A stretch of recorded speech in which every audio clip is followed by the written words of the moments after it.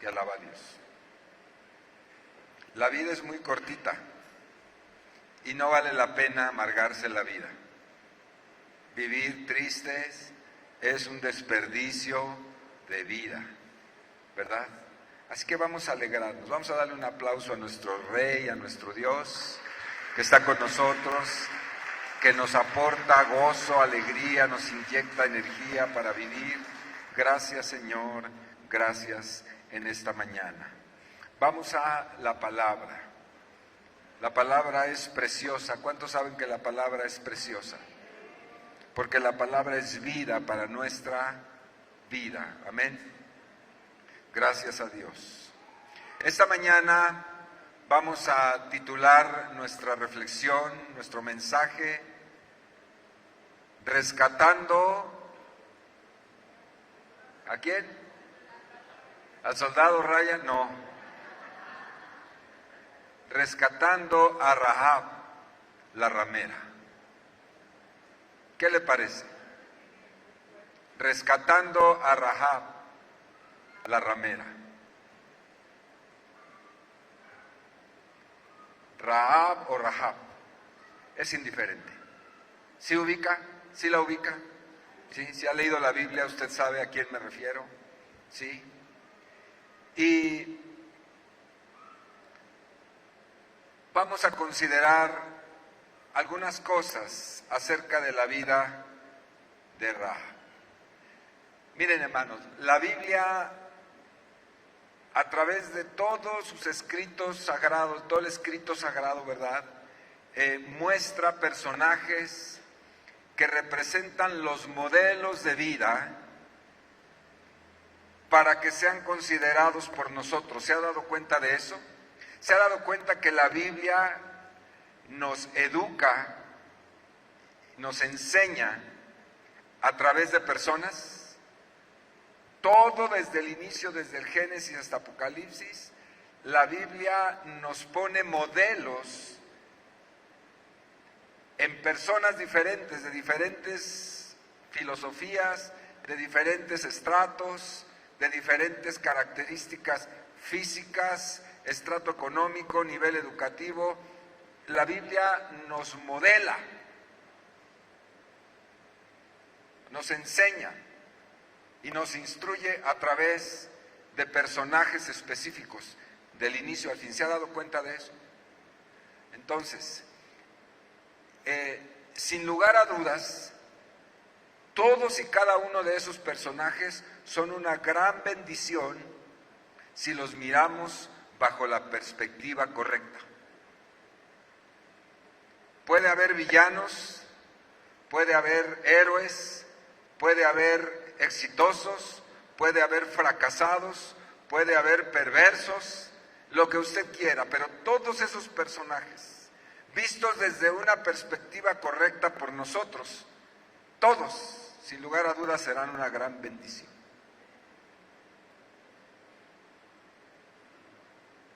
Hoy consideraremos justamente bajo esa óptica a Rahab.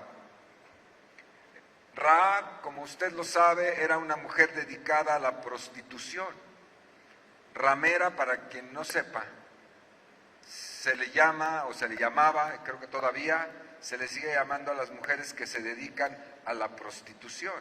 Y si alguien no supiera qué es la prostitución, porque aquí hay gente muy jovencita, le diré que la prostitución es vender su cuerpo a precio de dinero, ¿verdad?, a otras personas para darles placer.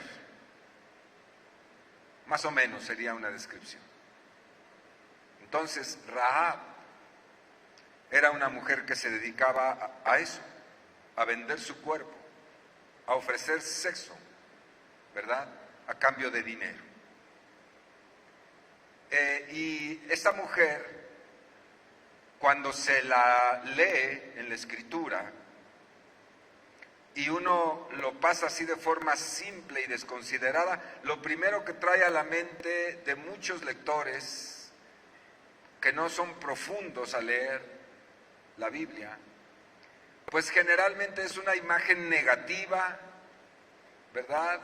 Es un personaje reprobado y Y es que generalmente los prejuicios que nos formamos nosotros acerca de las personas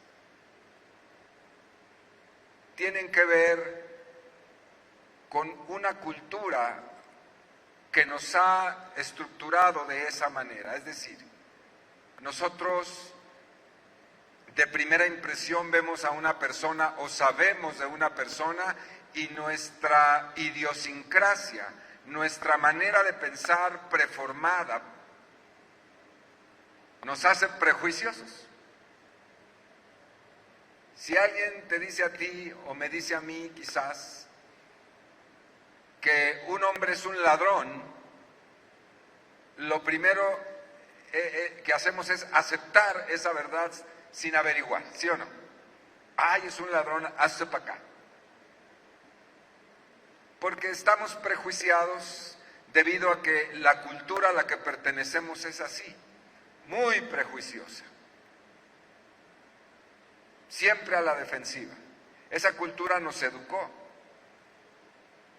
a todos, hombres y mujeres, a través de nuestros padres, y nosotros educamos de esa manera a nuestros hijos, ¿verdad? Entonces, cuando leemos este personaje, muy probablemente hacemos prejuicios acerca de ella, y hemos de decir que ese tipo de mentalidad prejuiciosa, en donde somos gente que califica rápidamente a los demás, tiene la característica de ser categórica. Esa forma de pensar nuestra es así. Somos categóricos y calificamos como buenas o como malas a las personas, como positivas, como negativas, como aceptables o como inaceptables, bien rápido. ¿Sí se ha dado cuenta de eso? Bien rápido, disparamos como escopetas que proyectan veredictos que ni siquiera hemos comprobado, rapidísimos, así, rápidamente. Es decir, juicios, señalamientos desde nuestra perspectiva. Qué pronto somos para eso. Levante la mano quien no es así. O sea, todos somos. ¿Sí o no? La naturaleza, la cultura, así nos formaron. Así como todos somos re buenos para dar consejos, ¿se ha dado cuenta que todos somos consejeros profesionales? Le echamos a perder la vida a los aconsejados, pero somos bien buenos para aconsejar. Así también somos muy buenos para señalar, para aceptar. Es más fácil aceptar cuando alguien te dice que alguien, que un tercero es mala persona, ¿sí o no? A que te digan que es una persona honorable, como que lo dudas más rápidamente, ¿sí o no? Si alguien te dice, ¿sabes qué? Mira, esa señora, la verdad, mis respetos, ¿eh? Qué persona tan honorable. Y tú dices, pues habría que ver. Pero si te dicen, ese tipo es ¿verdad? Dices, no, sí es, ya lo das por hecho, es más, ni me hables, ni lo conoces. Y así te llega, ¿no? Y así te paras y así te posicionas. Es una mentalidad. Esta mentalidad, déjeme decirle, tiene su origen, ¿dónde cree? ¿Dónde cree que tiene su origen esta forma de pensar nuestra? ¿En el corazón? ¿Dónde? ¿Dónde se origina esa forma de ser y de pensar? ¿En la casa? No. En la religión. En la religión. ¡Ah, caray! ¡Ja! Esa no se la esperaba. En la religión. La mente religiosa es así. Y las personas religiosas asumen todo el tiempo que ellas están bien y que los demás que no son como ellos o proceden o piensan como ellos están súper mal, reprobados. Esa es una mentalidad religiosa. Aquella que dice, nosotros somos un gremio casi de perfección. Tú y yo somos un gremio de perfectos. Pero los que no son como nosotros, ¡ay, jole! Más les vale que se apuren porque las llamas del infierno los esperan. Es la religión que heredamos, 500 años de herencia española religiosa y otros cuantos a lo mejor evangélica, protestante, la que nos ha forjado una mentalidad así, señaladora, criticona, no crítica, criticona, condenatoria, cuando Dios jamás nos dio a nosotros la posición de jueces. Jamás. Yo no leo en la Biblia, en ningún renglón de la palabra de Dios, de la Escritura, que ella diga que nos ha posicionado como jueces para señalar y dar veredictos acerca de las personas, de los demás. Todo lo contrario. Nos hace un poderoso llamado a considerarnos a nosotros mismos antes de estar señalando a los demás. Cosa que poco hacemos. ¿Sí o no? ¿Sí va conmigo? Ok.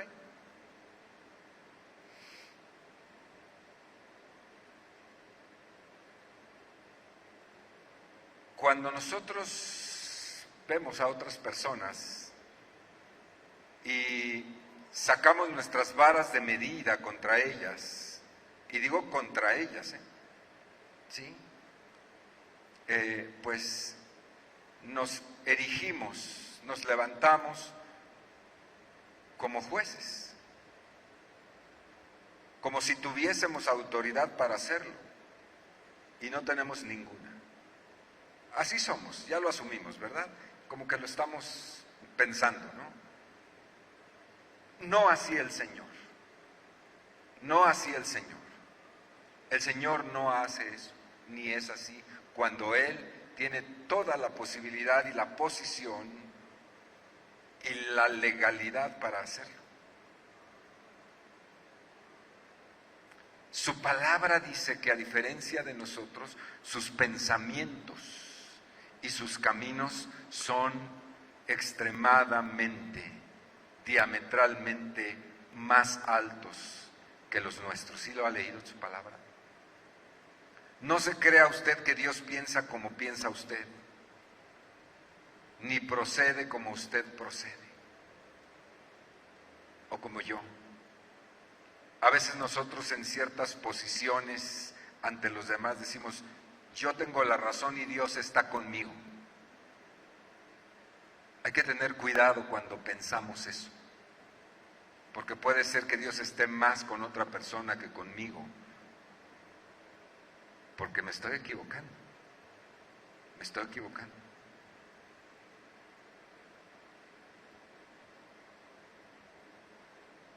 La visión que el Señor tiene de cada persona es muy diferente a la visión que nosotros tenemos de esas mismas personas, muy distinta. Le voy a pedir algo, de aquí en adelante, piénselo 2 veces antes de tener un pensamiento negativo hacia cualquiera, hacia cualquiera. Piénselo. Y mucho menos cuando hablamos. ¿Sí? ¿Sí está conmigo? Piénselo.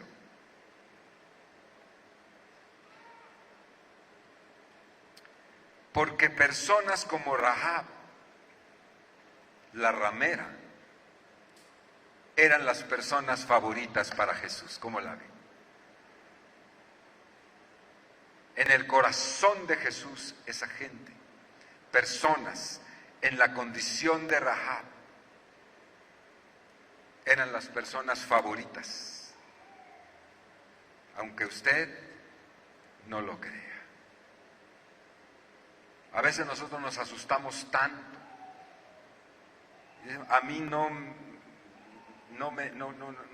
pinta tu raya conmigo, me vayas a ensuciar. Y vemos en la palabra de Dios cómo Jesús tenía una tendencia tan fuerte a hacer lazos fraternos con personas que vivían en quebranto, del estilo de Rahab y de otras formas de vida. Ahí están en la Biblia, en el Nuevo Testamento, están en los Evangelios escritos el tipo de gente que Jesús prefería. Se ha dado cuenta que Jesús no comenzó su ministerio con los grandes eruditos de la palabra en los grandes templos, teniendo toda la posibilidad de hacerlo. Demostró cuando era niño, hablaba de tú a tú con los maestros de la ley a los 12 años, es decir, tenía el potencial para hacerlo, eso lo demuestra. Pero cuando Jesús a los 30 años comienza su ministerio, no comienza en la sinagoga, no comienza en el templo, no retoma a los eruditos con los que había discutido aquel día a los 12 años, no hace eso. Él se va por las orillas de la ciudad donde están los desheredados y los desposeídos, porque tenía una especie de magnetismo atractivo hacia el Señor. El quebrantamiento de esas personas eran sus favoritos. Eran sus favoritos. ¿Se acuerda de la samaritana? El Señor le regaló, no sé si mediodía o una buena parte del día, ¿verdad? A veces nosotros los pastores decimos, una cita, pastor, pues déjame ver mi agenda, porque estoy tan ocupado, para darte unas 2, 3 horas a ti. Pues así somos a veces. Regálale a este hermanito 2 horas. No, pues tengo tanto trabajo que no. Y el Señor estaba con las multitudes así siguiéndolo. Hasta que de repente en un momento el Señor se pudo zafar de las multitudes con sus 12, ¿verdad? Con sus apóstoles, y así, y los despide, los manda al mercado, dice, vayan a ver a qué hora son en la Catedral de Morelia, déjenme solo un rato aquí, necesito un momento de soledad porque tengo una cita privada. ¿Con quién? Con una mujer. Y el Señor se les escapa, huye de las multitudes. Estaba bien ocupado, Mónica, bien ocupado el Señor. Huye de las multitudes y uno pensaría se va a ir a esconder, a echarse un coyotito, ¿verdad? Un sueño, a descansar un ratito, y llega y se sienta en el pozo de Jacob. Ahí se sienta. Y espera. Él sabía quién iba a llegar. La citada mujer ni siquiera sabía que tenía una cita con el Señor Jesús. Y ahí llega, como dice un canto de Ken Leroy, allá vas, samaritana, con tu paso alegre y tu rostro iluminado sonriendo alegremente. ¿Quién te espera en el pozo de Jacob, mujer? ¿Quién te ofrecerá el agua viva, pecadora? ¿Quién es aquel que sabe tu vida, mujer amada? Cuéntame, samaritana, ¿quién te dijo? Yo soy el libertador. Aleluya, aleluya. Viene el Señor y tiene un encuentro poderoso con una mujer llena de pecado, esas que a veces a nosotros nos causan escozor en la piel, ¿verdad? Y que las miramos de ladito. Y mire, yo recientemente he estado viajando hacia el sur, hacia un lugar donde hay mucha prostitución en la calle. Y al principio, pues aunque uno sabe esas cosas, ¿verdad? Pues no es niño, pero eso me causaba inquietud, ¿no? Que va uno manejando en la calle y ve una fila de mujeres prostitutas en la calle, algunas prácticamente desnudas. Y en esos momentos uno tiene que tomar una decisión, cuál va a ser como hombre, cuál va a ser mi actitud ante lo que estoy viendo. O me entrego a la lascivia de estarlas mirando a estas mujeres, ¿O tomó una actitud de dolor y respeto hacia ellas como lo hizo el Señor Jesús?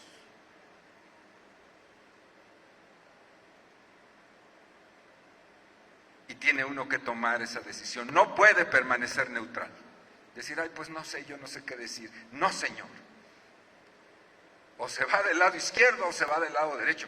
Pero usted tiene que tomar una decisión, varón, para decir y para poner en la perspectiva correcta cuando usted vea eso, sea en ese lugar o en cualquier otro donde usted ve estas cosas. Usted tiene que tener una posición correcta delante de los ojos de Dios.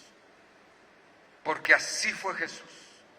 Se sentó en el pozo de Jacob y ve llegar a esa mujer y jamás, bajo ninguna circunstancia, el Señor pudo haber visto con otros ojos a esta mujer que se había entregado a muchos hombres, sino que todo lo contrario, había llegado para traerle perdón y salvación.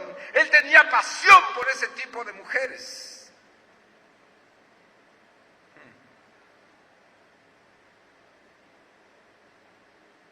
Porque el Hijo de Dios no vino para condenar al mundo, sino para que el mundo sea salvo por Él.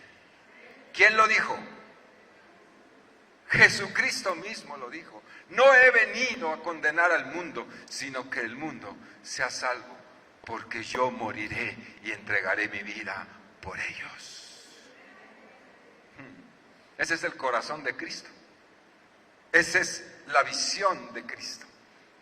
Esa es la esencia de Cristo. Todo lo demás sale sobrando. La religión estorba ante palabras semejantes. La religión mata ante palabras semejantes. La religión hace hipócritas. Pero cuando uno sabe leer el corazón de Cristo, cómo cambia la vida, cómo las perspectivas son diferentes. Somos tardos en criticar, tardos en juzgar. Antes que eso, echamos el corazón por delante y decimos, ¿qué necesita esta mujer? ¿Qué la llevó a eso?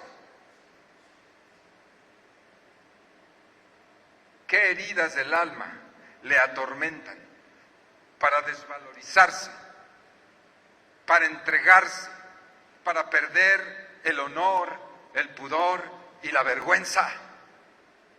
¿Qué necesitan? Así miraba Jesús. Así miraba Jesús.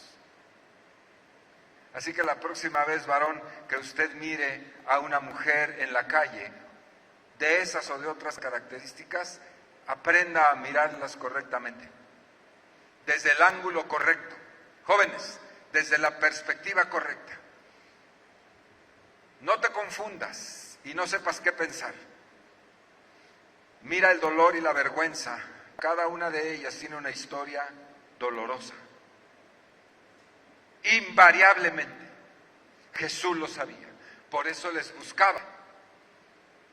Por eso fue con la samaritana. Esa es la perspectiva de Dios. Es la perspectiva de Dios. Hace algunos años,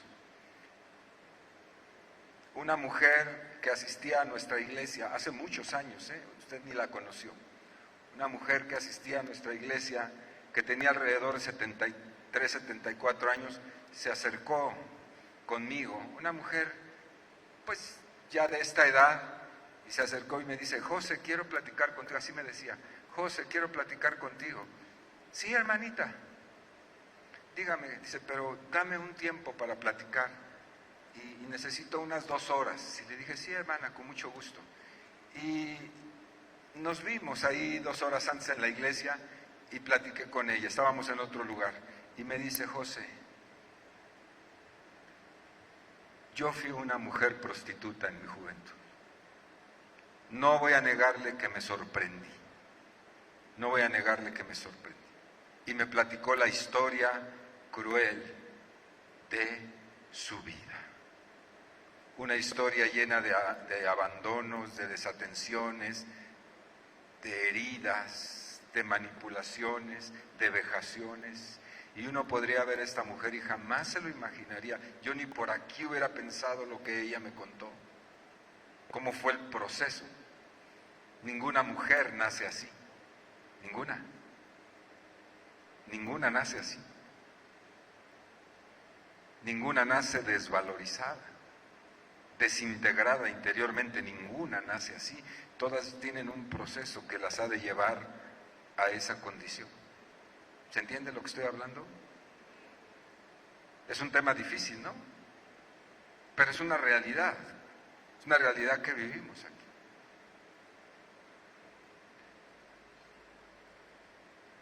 Por eso Rahab es sin duda un personaje cuyo modelo de vida tiene mucho que enseñarnos, amados hermanos. Ahora, cada vez que usted se encuentre a Rahab, no la pase de largo y no la mire de lado. Estaciónese en esa lectura. Medite sobre esta mujer, la vida de Rahab. Cuando nos acercamos libres de prejuicios y abrimos nuestras mentes, elevando nuestra mirada hacia la mirada de Dios, es decir, la manera en que Dios mira, aprendemos a mirar como Él mira, a personas como esta mujer, una gran bendición descubriremos, ¿sí?, a través del ejemplo de fe que la palabra de Dios nos narra, a pesar de su vida quebrantada.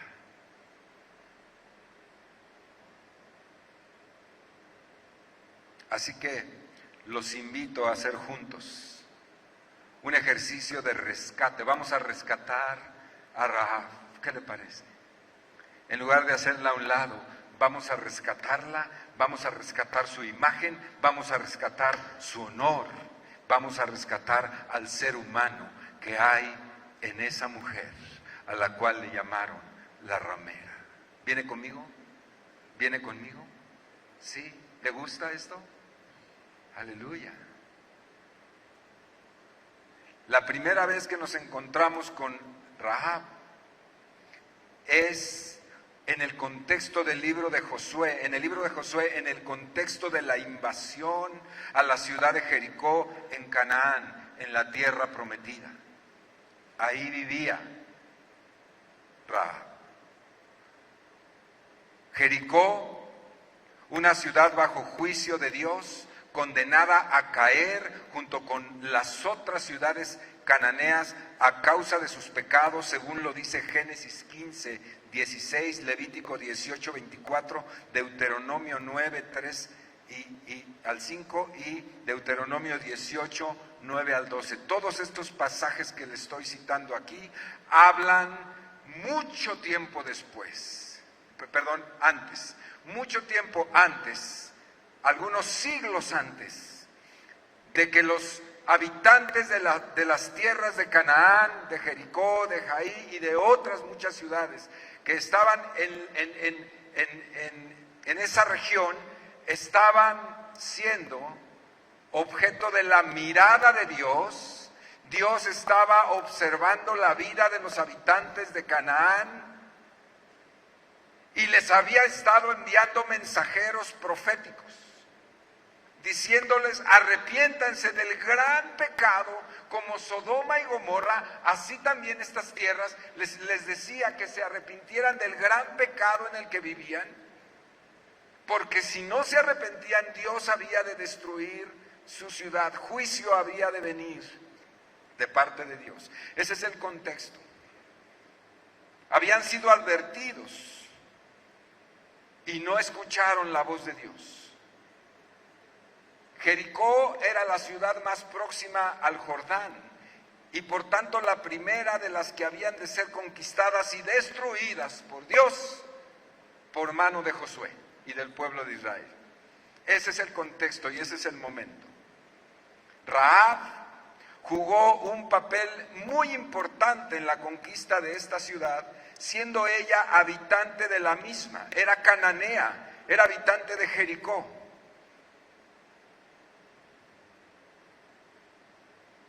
Porque fue ella quien albergó y protegió a riesgo de su propia vida a los espías que Josué mandó a reconocer la tierra. Una mujer que Usted sabe que generalmente los hombres que viajan, hombres de negocios o no de negocios, que viajan solos a ciudades determinadas, generalmente los hombres tienen la tendencia de buscar prostíbulos. ¿Cuántos sabían eso? No me diga que no sabía, o que no sabe ni de lo que le estoy hablando. Pues, ¿para qué le digo que no? Sí, como decía la ilustre. ¿No? Esa es la tendencia generalmente de los hombres que van a ciudades o pueblos y se van solos, o a veces acompañados. Buscan el placer, buscan a las prostitutas, buscan los clubs men, o men's club, no sé cómo se llaman, todos los lugares, en busca de placer. Y estos hombres, los espías, que llevaban una misión, pues entraron por esa ruta, justamente. Claro que el objetivo de ellos no era buscar una prostituta. Por lo menos eso queremos creer. Queremos creer que iban muy claritos, ¿verdad?, de su misión, porque eran espías enviados por Josué para ver las características de la ciudad que habían de conquistar, de vencer, de derrotar, y querían ver cuál era la dinámica de la ciudad. Ese fue el objetivo. Y esos entraron por la ruta en que la mayoría de los hombres entran a las ciudades ajenas. La ruta de la prostitución. Y llegaron a la casa de Rahab. No fue una casualidad, ni fue una circunstancia. ¿Y qué habrán ido a hacer allá? Era una de las rutas en que era normal, o sea, eso no llamaría la atención, no llamaría la atención de unos extranjeros que entran y pues van a eso, ¿se entiende? Así que ellos llegaron a la casa de Rahab, ¿sí? Y, bueno, pues, inmediatamente, hicieron saber a Rahab cuáles eran sus propósitos. Y Rahab, ¿sí?, tuvo el discernimiento. Rahab tuvo la habilidad, vamos a decir, de poder darse perfectamente cuenta de cuál era la razón por las que venían estos hombres a la ciudad y que no era exactamente buscar su oficio.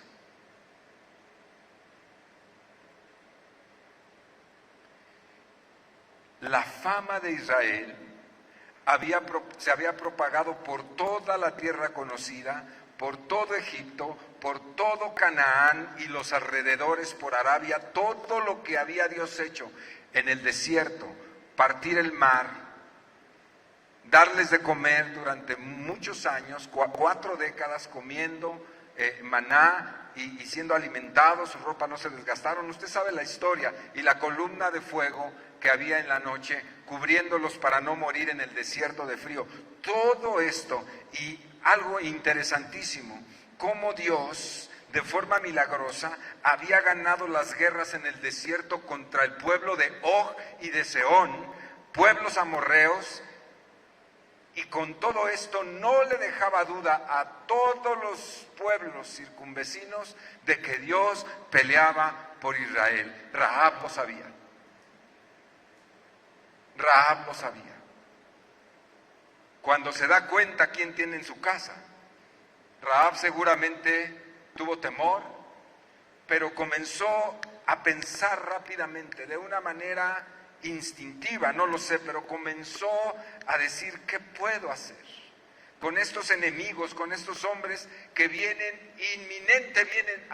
inminentemente vienen a derrotarnos, a matarnos a todos? Esa era la situación que estaba viviendo Rahab en ese momento.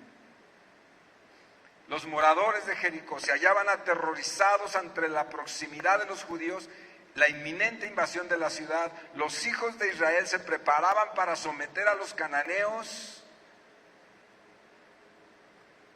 respaldados por Dios, porque Dios estaba cumpliendo el día del juicio para esas naciones, como lo hará siempre. Dios traerá juicio siempre, siempre, cuando Él ha advertido a un pueblo de sus pecados, a una persona de sus pecados. Dios traerá juicio, tarde o temprano. Y esta era la hora que había llegado para los habitantes de Jericó y para el resto de las ciudades cananeas. En este escenario, Rahab supo discernir el tiempo del juicio divino y, consciente de sus propios pecados como persona y de los de su pueblo, creyó que el Dios de los hebreos era el Dios que hace justicia. Ella lo creyó, pero también creyó que era el Dios de misericordia capaz de salvarla a ella y a su familia, gloria a Dios. Y no era judía.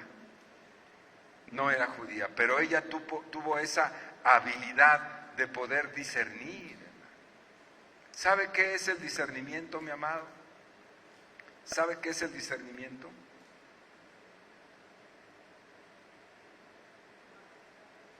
La capacidad de ver las cosas en su profundidad, en su naturaleza verdadera.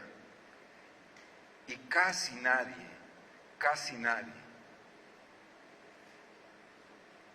ejerce esta habilidad que Dios nos da. Casi todos somos bien superficiales. Por eso somos así, como decía. Esa señora, sin discernimiento, sin comprensión, sin entendimiento. Hablamos fácil, ¿no? Ya lo habíamos dicho. Porque no hay discernimiento. Rahab tuvo discernimiento. Fíjese usted. Hebreos capítulo 11, 30, 31 dice lo siguiente. Por la fe Rahab, la ramera, no pereció juntamente con los desobedientes, habiendo recibido a los espías en paz. Puede ser que diga un poco distinto en su versión. Pero ahí Hebreos está elogiando a Rahab, la cual por esa habilidad y por ese discernimiento y por haber creído que el Dios de los hebreos era el Dios que la podía salvar, no murió y recibió hábilmente, sagazmente recibió a los espías extranjeros que venían a matarles, y eso le salvó la vida. ¿Cuántos de nosotros, amados hermanos, cuántas de ustedes, amadas hermanas, tuvieron la habilidad de poder en medio de sus pecados, igual que yo, igualitito todos, en medio de nuestros pecados tuvimos la habilidad y el discernimiento de entrever? Estábamos bien ciegos, todos, pero en medio de nuestra condición, en medio de nuestra ceguedad, en medio del quebrantamiento y en medio de toda la confusión que traímos, tuvimos la habilidad, y déjeme decirle que esa habilidad nos la dio Dios, no es algo tan nuestro, pero tuvimos la habilidad y el discernimiento de decir: esto que están predicando aquí en esta iglesia puede salvar a mi familia. El Dios de ellos, el Dios de los cristianos, el Dios de los evangélicos es el Dios que tiene remedio para mi vida y para la de mi familia. ¿Cuántos de nosotros hemos vivido esa experiencia? Yo sí. Cuando no le conocía, dijeron: yo no sé qué tienen, están re locos estos, brincan, se tiran, lloran, en un momento están riendo, luego están llorando, y ahí están cantando y levantando las manos y danzan, y luego salen y se abrazan, y bueno, todo eso. Yo no sé qué tienen estos, pero lo que sí logro entrever es que ellos tienen un Dios que es poderoso, y que ese Dios puede salvarme de mi miseria, de mi pecado, de mi perdición, y puede salvar a mis hijos. Eso le pasó a esta mujer. ¿Se acuerda? ¿Se acuerda usted de eso? ¿Sí o no? ¿Se acuerda cuando usted tuvo ese lugar que tenía en este momento Rahab? No que usted o yo hayamos sido prostitutos, pero era tan igual ser prostituto que lo que éramos nosotros. Esa es la verdad. Si yo no era prostituto, era otra cosa, pero estaba más perdido que nada. Pero el Señor me hizo entrever, me permitió el discernimiento y la habilidad para poder salvar mi propio pellejo, mi propia vida y la de mi heredad, que son mis hijas. Yo bendigo a Dios por mis hijas. Yo no sé usted, pero yo bendigo a Dios por mis hijas. Seguramente usted también bendice a Dios por sus hijos. Y si les ha dado la oportunidad de conocer al Señor, mayormente. Es una herencia. Es la mejor herencia. ¿Usted cree que la mejor herencia es darle una maestría y una carrera pagada a sus hijos o dejarle un buen negocio por el que se ha matado usted toda la vida? Ya está bien viejo, ya no puede ni caminar. Dice, pues es la herencia de mi hijo. ¿Usted cree que es la mejor herencia? Qué equivocado estaba, hermano, usted. Qué equivocados estuvimos. Esa no era la mejor herencia. La mejor herencia era que ellos conocieran y temieran al único Dios verdadero. Esa es la mejor herencia. Eso les garantizará la vida. No lo olvide. Rahab lo vio. Rahab lo entendió. Aleluya. Me simpatiza Rahab. Me motiva Rahab. En una aparente comprensión instintiva, se protegió a sí misma y a los suyos, colaborando con los espías enviados. Y mire lo que les dijo Rahab a los espías, les dijo, allá eso está en el capítulo 1 de Josué, dice, en el capítulo 2 de Josué, lo puede encontrar ahí, dice, Rahab diciéndole a los espías, sé que Jehová os ha dado esta tierra. O sea, no había de otra. Sé que Jehová al pueblo de Israel le ha dado esta tierra, porque el temor de vosotros ha caído sobre nosotros y todos los moradores del país ya han desmayado por causa de ustedes. Lo sabía. Porque hemos oído que Jehová hizo secar las aguas del Mar Rojo delante de vosotros cuando salisteis de Egipto, y lo que habéis hecho a los dos reyes de los amorreos que estaban al otro lado del Jordán, a Sehón y a Og, a los cuales habéis destruido. Oyendo esto, ha desmayado nuestro corazón y no ha quedado más aliento en hombre alguno por causa de ustedes, porque Jehová vuestro Dios es arriba en los cielos y abajo en la tierra. Aleluya. ¿Quién decía esto? Una mujer pagana, una mujer que no sabía la ley, una mujer que no tenía Biblia, que no tenía escritura, una mujer que no se sabía las tildes y las jotas, una mujer que no se preciaba de ser no sé qué cosa dentro de la religión.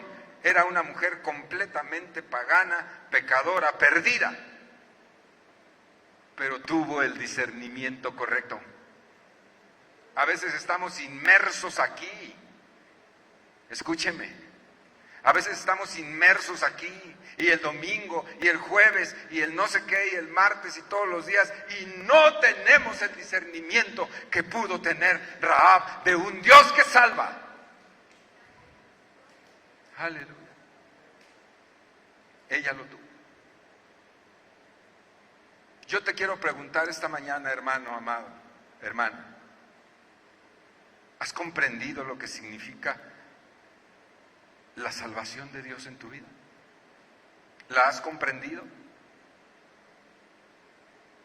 ¿Le has dado el valor que tiene la salvación en tu vida? Esta salvación tan grande que costó la vida del Hijo de Dios en la cruz, muerto por mis delitos y mis pecados. ¿Tú has entendido eso profundamente? ¿Lo has discernido en tu corazón? ¿De veras? ¿Lo aprecias? ¿Lo cuidas con temor y temblor? Tu vida es una respuesta a esa hermosa propuesta de Dios que te salvó, que hizo una obra gloriosa para ti y para mí. Tu vida es una respuesta congruente a ese noble acto del corazón de Dios, o hay otras prioridades en tu vida. Mi familia es mi prioridad. Mal. Si tu familia es tu prioridad, mal, tache. Porque Dios debiera ser tu prioridad y la mía. Y la familia enseguida.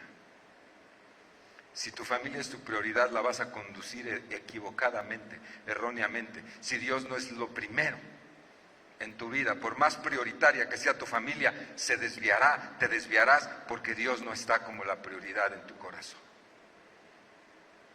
No sé si me estoy dando a entender. Muy importante. Muy importante. La fe de Rahab sobrepasó aún su propia vida de pecado ante los ojos de Dios. La obra que hizo Rahab, Santiago, en su carta, dice: Rahab, la obra que hizo Rahab, la fe de Rahab, es equiparada, igualita que la fe de Abraham, a quien le fue contada la obra por justicia. Eso dice Santiago. Santiago dice: lo que hizo Rahab, la manera en que actuó, como le creyó a Dios, como creyó en el Dios que no era su Dios, que era el Dios de otro pueblo, pero que por consecuencia de haber creído actuó y ayudó para la causa de la obra de Dios. A los espías, a traer juicio a su propia nación, le fue contado por justicia, de la misma manera que le había sido contada por justicia la obra de Abraham. Fíjese, de ese tamaño. Lo dice Santiago. Si usted no me lo cree, está en el capítulo 2 del 21 al 25. Anótelo para que sepa que así fue. Santiago lo reconoce. Esa fe de Rahab llevó a ser hospitalaria a esta mujer en el mismo ejercicio de su profesión. No había dejado de ser prostituta cuando actuó. Estaba en su negocio. Yo no sé, hermano, no voy a tomarlo de otra manera lo que voy a decir, pero yo creo que Rahab dijo: qué bendición es haber sido prostituta. La bendición de haber sido prostituta. Porque fue justamente por eso que esos hombres llegaron a su casa y trajeron la salvación de Dios, trajeron la gracia de Dios, la gracia preciosa de Dios a la vida de Rahab y a la vida de su familia.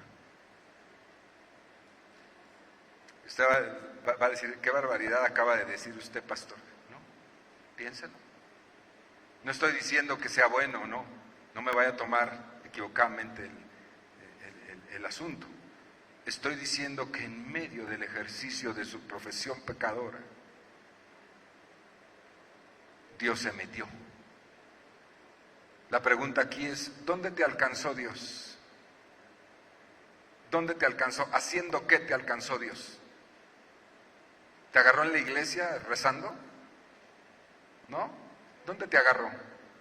Quizá fue en el momento más oscuro de tu vida, de peor conciencia, cuando vino el Espíritu Santo, se metió contigo y te dijo: vente conmigo, deja todo esto, vámonos.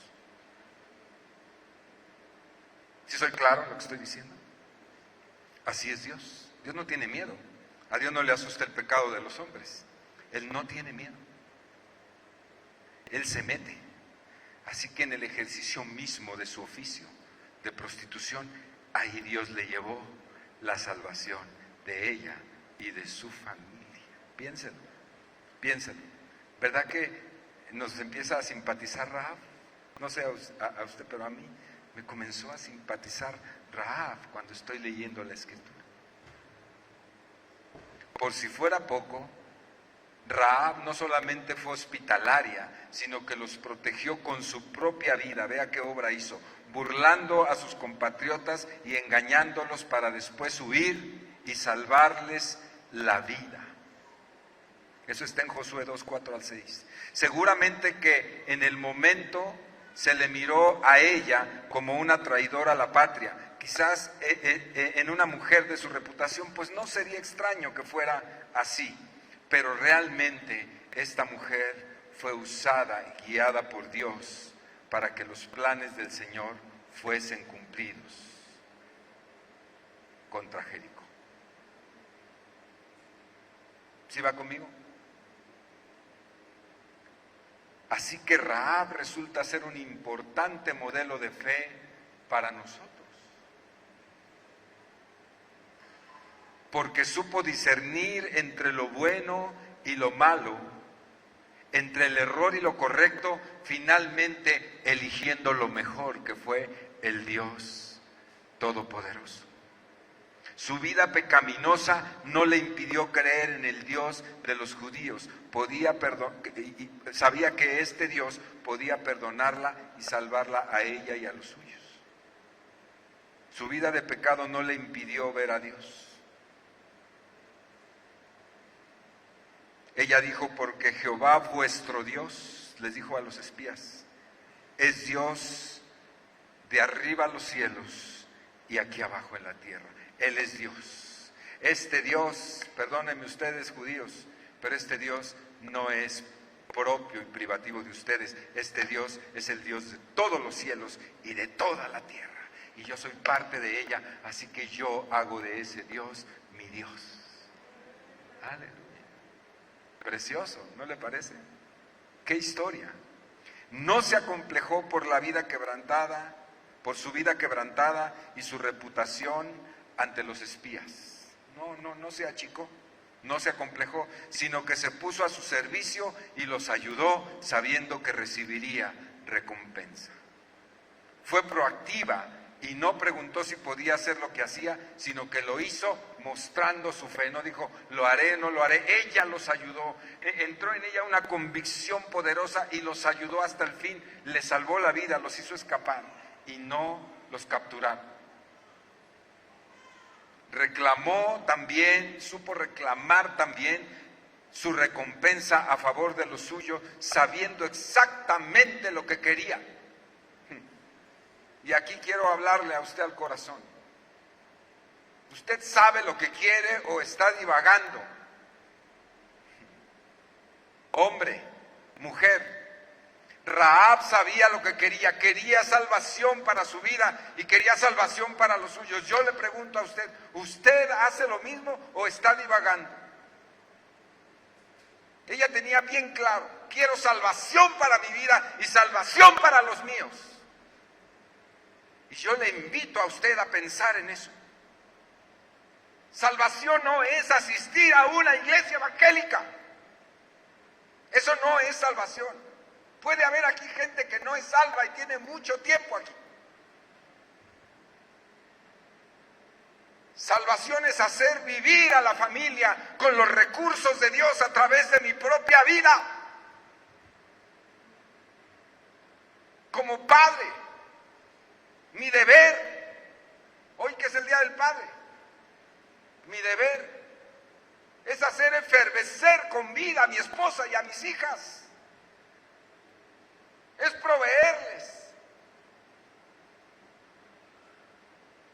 ver por ellas, que estén contentas. Cuando el corazón de mi esposa se entristece, mi vida se ensombrece, se los confieso. Yo no puedo ver triste a mi esposa, no me gusta. Me pone triste a mí cuando ella está triste. Si ella tiene dolor, hay dolor en mi corazón, se los confieso. Porque soy el primero en entender que la vida de Dios fluye a través de mi persona, de mi papel, de mi rol, de mi investidura como esposo y como padre, para que ellas tengan vida efervescente, que sean felices, que sean realizadas en Dios. Si no está sucediendo eso en la vida de mi esposa, soy un fracaso. Si no sucede eso en la vida de mis hijas, me siento un fracaso. Porque esa es la encomienda que Dios tiene, no del pastor, del hombre. Del hombre. En estos días fuimos con unos pastores y me recordaba Rosalía, una hermana, una pastora, me decía, yo te oí predicar hace casi 20 años, de una vez que dijiste, varones,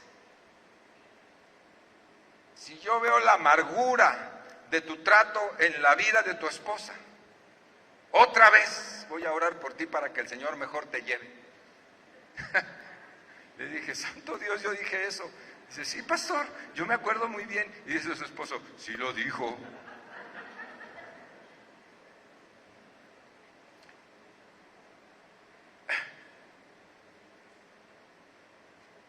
Sabemos claramente lo que queremos. Y si usted no lo sabe, por favor, dígale a Dios que le abra los ojos. ¿Qué quiero? Quiero ser un hombre que bendiga su esposa y sus hijos. Y si usted es mujer, lo mismo. Su misión es esa. Y entonces iré a la fuente de salvación. Y si hasta hoy la he regado, y si hasta hoy he sido una prostituta en un sentido figurado, o un prostituto como Rahab, el día de hoy es el día de salvación y de oportunidad para que yo me acerque al Dios de toda gracia y le traiga vida a mi familia, pero a través de mí. No es bendice a mi esposa, no. Mi oración no es, Señor, bendice a Almita, ay, mira, levántala, echa. Señor, bendíceme, ayúdame y dame inteligencia para levantarla. Porque qué fácil es, ay, bendícela a ella. ¿Y yo qué? ¿Y tú qué?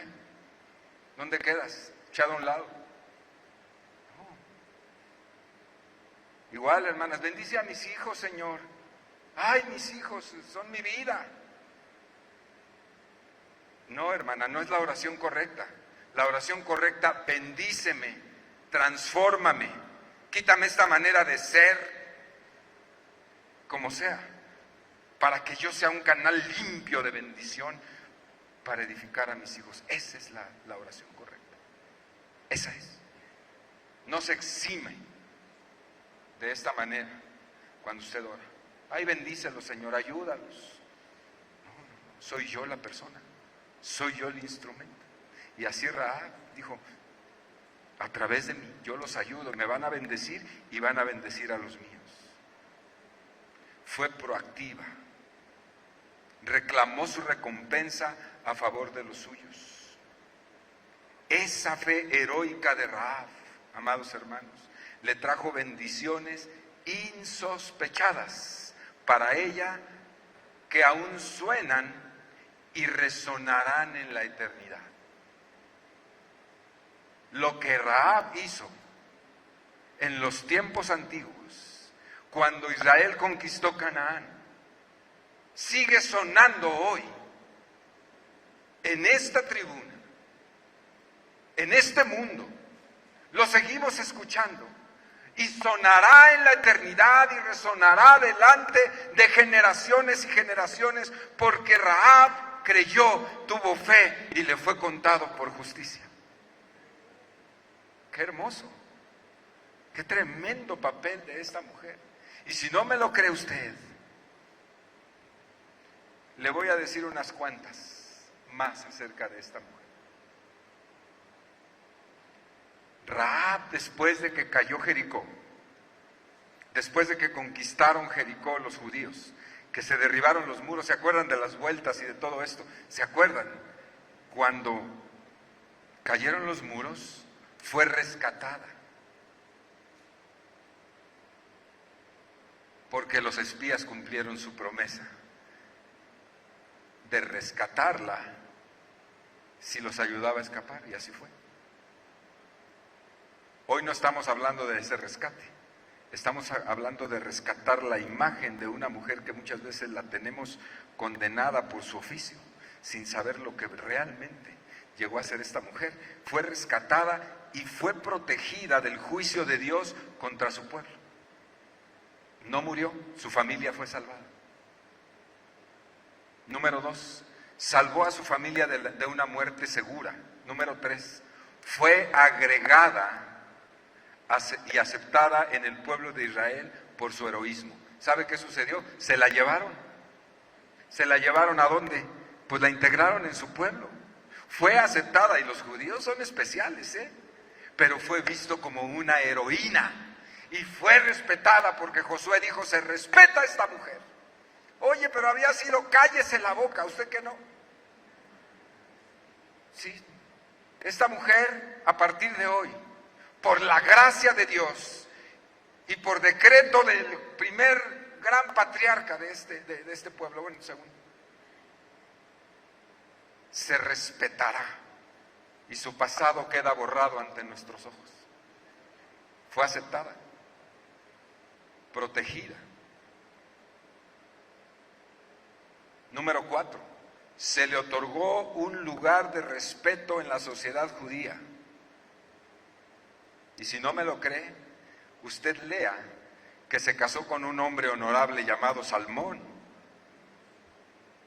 Así se llamó, su esposo se llamó Salmón. Le dio un nombre a la ex ramera, le dio un nombre, y nunca más se acordaron de aquellos hechos de su vida, de su pasado quebrado. Fue la gracia de Dios, madre. Fue la gracia de Dios. Le dio un marido honorable, se convirtió en una señora. Y esa señora tuvo un hijo con este hombre Salmón que se llamó Boz. ¿Ha oído hablar de Boz? No de Buzz Lightyear, de Boz, el de la Biblia, quien se casó con una hermosa mujer llamada Ruth. Y estos dos, Ruth y Boz, fueron los padres de Obed. Imagínese nada más. Si usted sabe quién es Obed, se debería estar desmayando ahí donde está en su lugar, porque Obed fue padre de Isaí. Otro desmayo. ¿Quién fue Isaí? Fue el padre nada menos que del rey David. Échese esa. Aleluya. O sea que Rahab fue la tatarabuela del rey David. Vea lo que Dios hace cuando nos mira en su gracia, cuando nos trata con su gracia bienhechora, con la gracia divina. Dios, decía Ana cuando le dio a Samuel, Dios del estiércol, del polvo, hace subir al pobre para sentarlos con los príncipes de su pueblo. Aleluya, aleluya. Ahí está.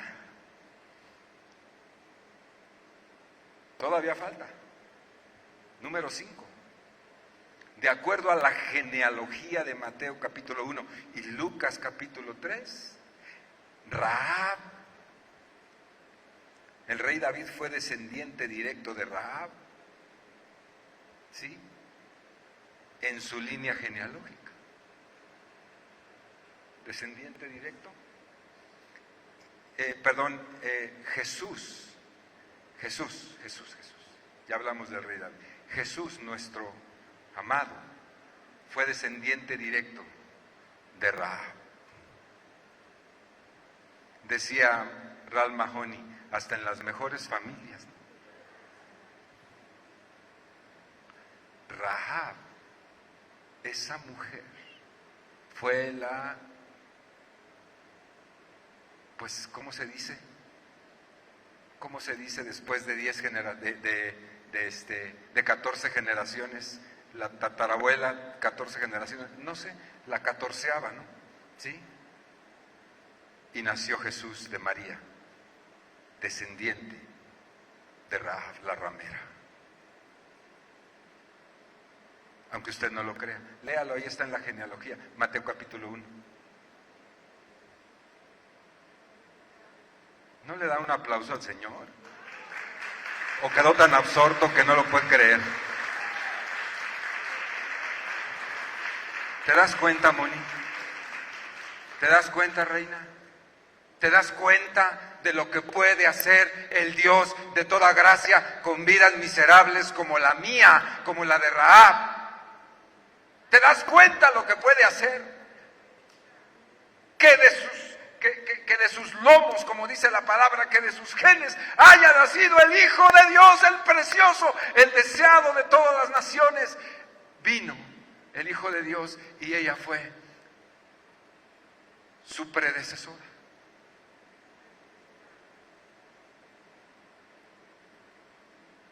Aleluya.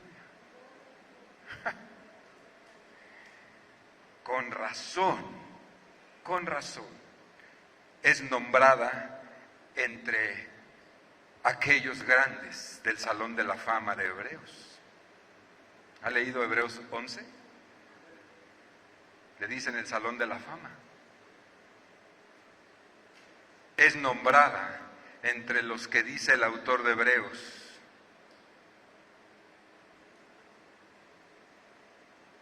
de aquellos de los cuales el mundo no era digno.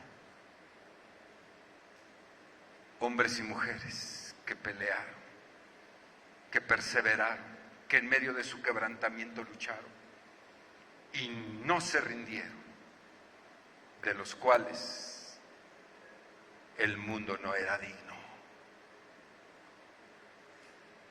Póngase de pie, hermano.